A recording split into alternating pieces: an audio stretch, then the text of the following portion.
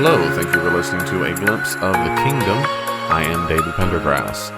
A common argument that theists use for God's existence is what's called, the fancy name is the teleological argument, which just, of course, in Greek just means a telos, in Greek means end or goal. Sometimes it's called a fine-tuning argument. And when I hear atheists respond to the fine-tuning argument, they respond to it in one of two ways. The chief way, their response demonstrates that they have no idea what the fine-tuning argument is. And I want to talk about in this podcast. The other response is something different, where they seem to understand the point, but then make a response I think is not convincing. But in a nutshell, the universe is fine-tuned for life. So let me get at this in different ways. This is a non-religious idea. The idea that the universe is fine-tuned for life is a belief held by many astrophysicists. It's been argued by atheists, Jews, Christians. It doesn't really matter, because it's just a fact that the reason why life is able to develop and to live, any life, I didn't say humans, but just life, any kind of living being whatsoever, anything, algae, it doesn't matter, any kind of life whatsoever. The only reason life can exist is because it lives, the life develops in our universe, in a universe that allows it. I know right off the bat when a person does not understand the fine-tuning argument, when they respond with anything that is called the anthropic principle. And I want to talk about that very briefly. When you oftentimes, and if you look on YouTube or you hear in discussions, some people call it the puddle analogy, any analogy you want.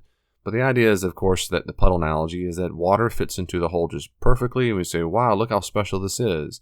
First one say, well, if you're water in a puddle inside of a hole, of course it fits perfectly. It's made to do that. Of course it is. This is just a version of anthropic principle. That is, we're not surprised that life exists in the universe because we live in a universe which allows life. Now, the anthropic principle was first developed several decades ago. Some have the weaker anthropic principle, the stronger or strong anthropic principle. I think there's another one called the final anthropic principle. All kinds of ways to talk about this. The anthropic principle is not responding to the fine-tuning argument. So I know right away that a person does not understand the fine-tuning argument when they give anything whatsoever that is related to the anthropic principle. Whatever analogy you give, it's the puddle analogy or anything else at all, if it sounds like the anthropic principle, it is not an argument against fine-tuning. Let me say more about this. The anthropic principle, in a nutshell, and there's different versions, and I know if you're a specialist, this sounds unfair, you can read the literature for yourself, but in general, the anthropic principle is saying it's not surprising that life exists in our universe. Why? Because our universe can sustain life. So it's not surprising. Just like it's not surprising that water fits the hole perfectly to form a puddle. Because that's what would happen. It's forced to fill up that hole with enough water, it's going to fill it perfectly. Well, it's like that with life and universe. So anytime a person says anthropic principle is a response to fine-tuning, they misunderstand the argument, because the anthropic principle about life is supposed to exist in our universe has nothing to do with fine-tuning. Nothing. So, or say another way, and I'm sorry if I'm repeating myself a lot in this podcast, but I find this to be such a common misunderstanding.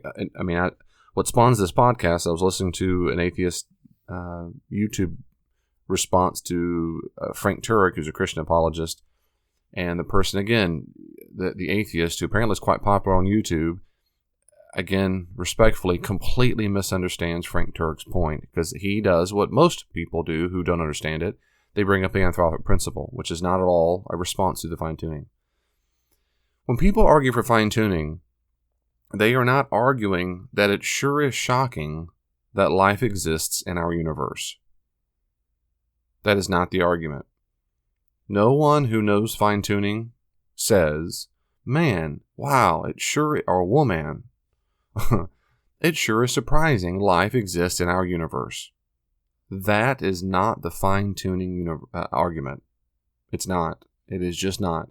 If that were the fine-tuning argument, then a proper response would be, the so-called anthropic principle, which is, the principle is, of course there's life in our universe, dummy, because our universe is fine-tuned for it. So it's not surprising at all.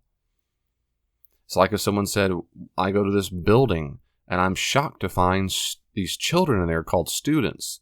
The person responds, no, dummy, it's not shocking at all. This is called a school. It was set up to have these children called students. It's exactly what we'd expect. We would expect to find life in this universe. We would expect to find it because our universe has the exact constants and quantities necessary for life. So it's not shocking. The fine-tuning argument is not at all that. It is not, I am surprised there is life in this universe. That's not shocking. That's not shocking at all. The fine-tuning argument is about a different problem altogether, and that is, why is our universe finely tuned? Why is it that there are almost countless amount of constants and quantities that have to be in the exact right parameters to produce life? And by life, I mean life. That is to say, most of these things, if they didn't occur, and I talk all about this in my book, you can read whole books on this subject and watch YouTube videos, but, I mean, stars would never have formed. I mean, the periodic table would never have occurred. We're not talking about human life, and that's one of my major problems with the anthropic principle in general. Is anthropos in Greek means human or man, and anthropic principle is not about man, and that's one of the things that I think it causes confusion. Is people think that when Christians, particularly, or theists in general, talk about life existing, they hear the word anthropic sometimes and think, oh, you think humans are special, but different kinds of humanoids could have developed. And all this is just they're just confused.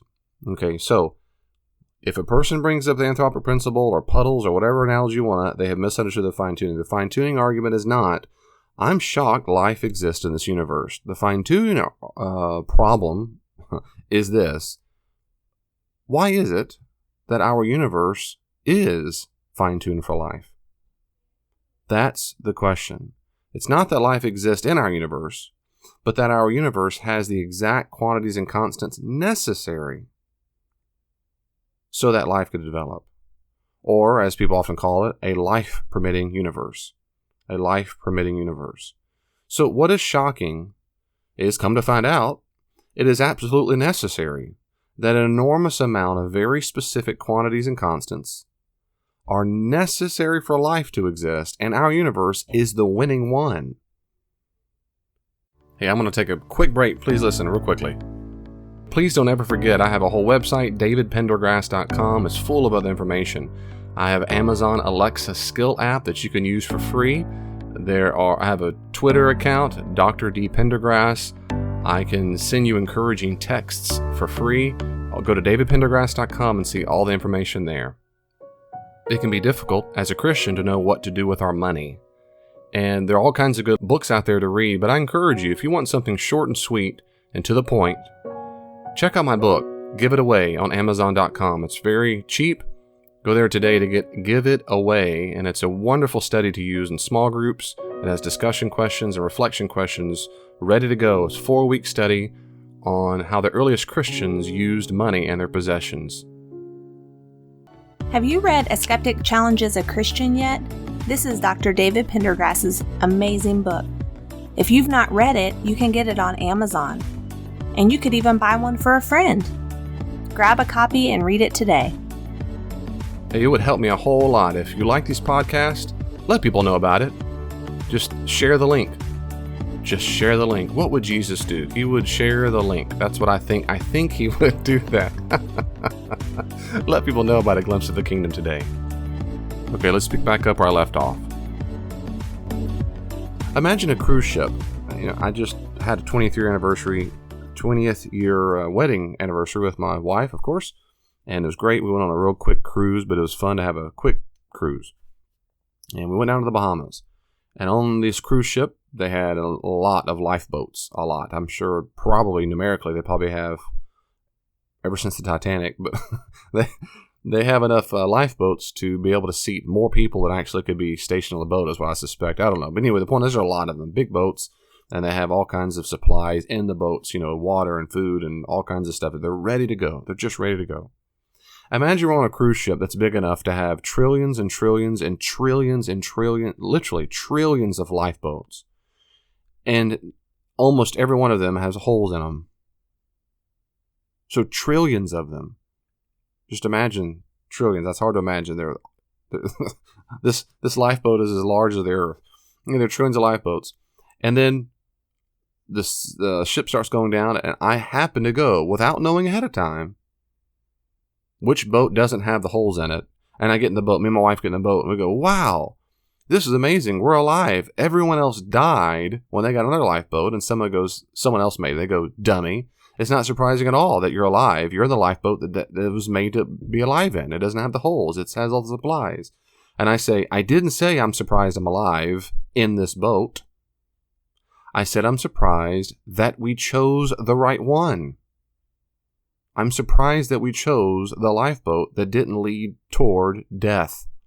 Every other option led straight to death. Of all the options, without knowing, we were blindfolded. It was the middle of the night, and we happened to choose when we didn't have to choose. We didn't have to choose this one. It is much, much, much, much, much, much, much, much, much, much, much, much more likely to have chosen a boat that would have caused destruction. It's like that with the universe. The universe supports life. Not surprising. So it's not surprising that we live in our universe. It's surprising that our universe is a life-permitting universe. That it's a lifeboat that supports life. That is shocking, and that is the problem of fine-tuning. That the laws of gravity and the weak and strong nuclear force and the weight of certain molecules and atoms and on it goes. You need to have these exquisitely fine-tuned parameters to allow life. Well, David, how do you know? It's usually said pretty snotty, I guess. How do you know, David? Well, I don't. I read specialist. I'm not a mathematician. I read the specialist.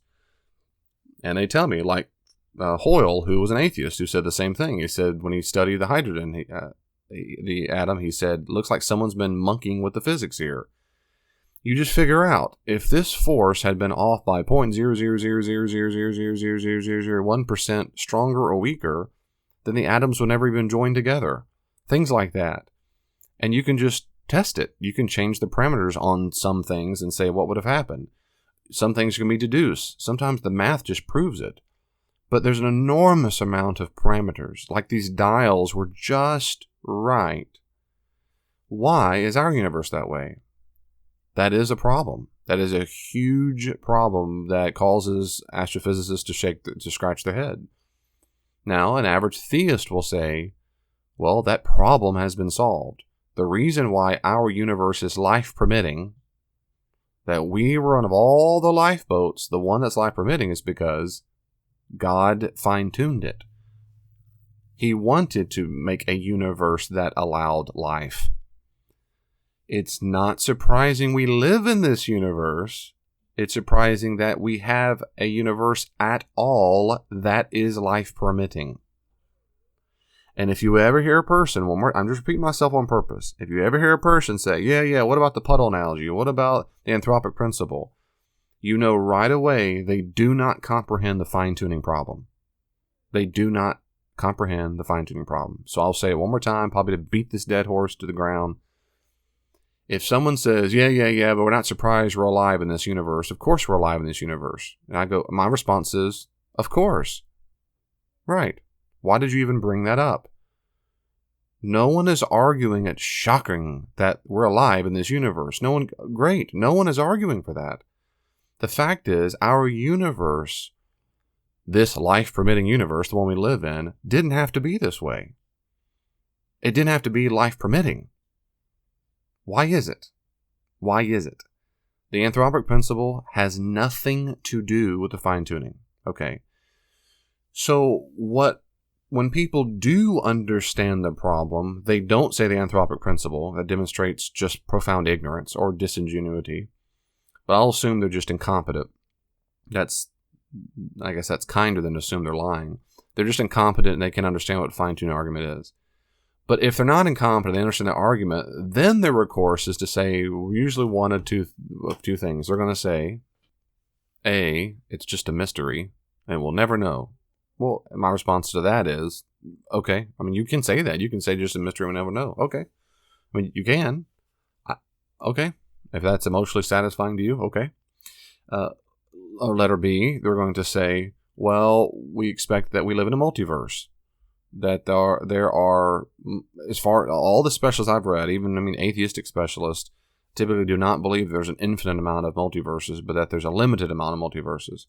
And they say, well, there's about 10 to the 500 power. So it's like one of those universes had to pop out. Well, the response to that is, no, it's not. Again, it's you do the math, and I can't do the math. What I'm saying is, if you read the literature yourself, you'll see that that alone still doesn't cut it. It is still more likely that every universe that came out of the bubbling foam, even if that's how it happened, at the initial states of the universe, all the universes popped into this bubbling foam and it keeps popping out.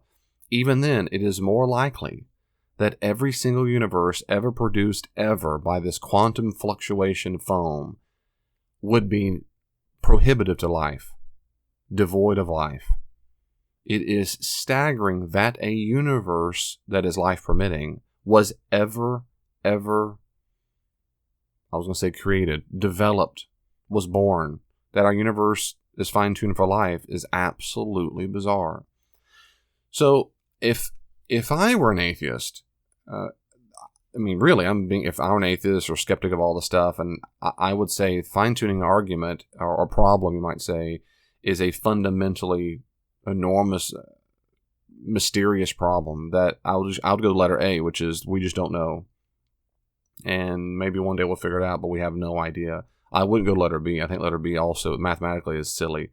It is simply still more likely that we would that a life permitting universe would never exist. It's just more likely. Mathematically, it's much more likely. So, and then again, I'm just repeating this. If someone says, yeah, but it's very, very likely that we would live here. The answer is yes, it is very likely we live it. Yes, we're in a universe that's life permitting. That's not the point. That's not the problem. Can we please change the subject? The subject is not, is it shocking we live in this universe? That's not the shock. That's not the point I'm making. What is shocking is that there is such a thing as a life-permitting universe in the first place. That's what's shocking. Now, I really haven't said it yet because I've assumed, if you know, that maybe you don't in the podcast, and I'm sorry, but I've been assuming it. The fine-tuning argument, there's different versions of it, but basically like Bill Craig's most well-known one is, the universe is fine-tuned. That's premise one, which is basically undenied by the majority of astrophysicists that I've seen and read, that it is a standard understanding that the universe, in fact, is fine-tuned for life. Premise two is that fine-tuning is either caused by or due to chance, design, or necessity. Seems to me that's only three options. And then the third premise is it's not due to chance or necessity. Therefore, it's designed. And of course, if it's designed, there must be a designer. And Craig and others argue that it can't be based on chance because, I've already alluded to this, it's still astronomically improbable that a life-permitting lifeboat would ever exist. Ever. And yet it does. And that's usually what they say is, even if it's 10 to the power of a billion, and there are 100 billion trillion zeros, and sure are lucky. But most, in my experience, in the literature I've read and the videos I've watched, most astrophysicists don't say that. They don't say, sure are lucky. They realize that's just silly, that this is too problematic. It's too unlikely. It's not like the lottery. It's not like the lottery on human terms. The odds, take the lottery odds and multiply it times a trillion. And remember, in the lottery, they get the winning ticket. They pull the number out until someone wins the ticket. So someone's going to win. But imagine if no one had to win. What if it's trillion numbers, and then 100 million people will play? it's still likely no one's going to win. And so if they pull out the rolling numbers and they say, 4, 1, 2, 3, 4, 6, blah, blah, blah, and then no one won, everybody goes, yeah, that was the most likely scenario. The odds are against you. It's just against you. Well, that's like it is with the universe, but more. Others say if it's not by chance, it must be by necessity, that the universe has to be this way. And that's, as far as I've read and can tell, no one argues that the universe, in fact, does not have to be this way. The quantities and constants of the universe could have been anything else. You could change the dials, metaphorically speaking, to anything. The laws of gravity, the force of gravity, why in the world would the force of gravity need to be the way it is? Now, there are atheist responses to that, and you can read them and see if you find them convincing. But my point right now is not to argue for the fine-tuning argument. I'm just trying to bring clarity that if you hear a person bring up the anthropic principle to the fine-tuning argument, it demonstrates the person has no idea what the fine-tuning argument is. And what I keep saying a billion times, trying to help you, listener, is this is a quick way to remember it. It's not surprising we live in this universe. It's surprising that there is a universe that allows life at all. Say it this way. It is not improbable that there's life in this universe. It is extremely improbable that a universe would ever exist that allows life. Anyway, that's the difference. I think I'm going to go play in a puddle. Well, the conversation isn't finished. You can always reach out to me on social media. Are you on Facebook? I am too. @Glimpse of the Kingdom. Glimpse of the Kingdom on Facebook. Be sure to like it and you can see updates there. Also, if you're on Twitter, check me out at Dr. D. Pendergrass, Dr. D. Pendergrass, or @Glimpse the King, @Glimpse the King. And I try my best to respond to comments and questions on there as quickly as I can. If you want more, there are many more resources on the podcast and my blog. Go to my website, davidpendergrass.com, and you can see a full list of the podcast, and my blog is available for free. Are you active in a church right now? I'd be happy to come out to your church and do all kinds of classes and workshops there. Check out davidpendergrass.com, davidpendergrass.com for more information. And may God in His great grace give you even just a glimpse of His kingdom this week. See you next time.